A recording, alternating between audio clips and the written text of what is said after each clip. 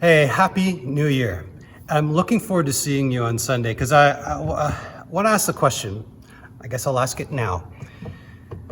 If we all prayed together and we had, these big expectations, if we could say, God, turn the tide on these circumstances, what would happen if we all prayed together?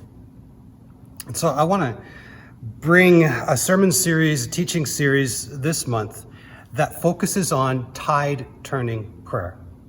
It might be something personal, something to do with our church family, something to do within our community. I say, God, we need you to turn the tide. I need you to turn the tide in this circumstance of my life. And so there's some prayers that we're going to look at in the Bible this month. Pastor Dave's going to help me next week. He's going to be preaching on tide-turning prayer that changed the nation. This week I'll be looking at Abraham and his prayer with God.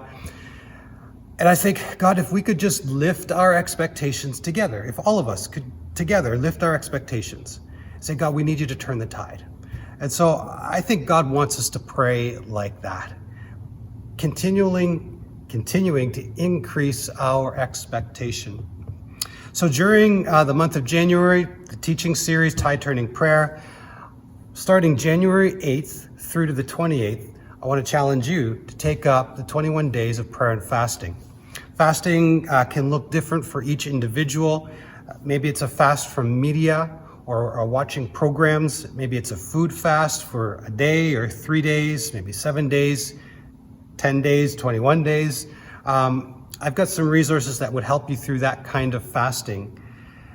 But what could you take away and what could you add? What could you add as far as a spiritual practice? And I've got some suggestions for you, some things that you can add into your day that I don't think is going to add so much that you just say, I can't do it. 15 minutes a day. Okay, so again, going to talk about tide turning prayer on Sunday, talk about the 21 day of prayer and fasting.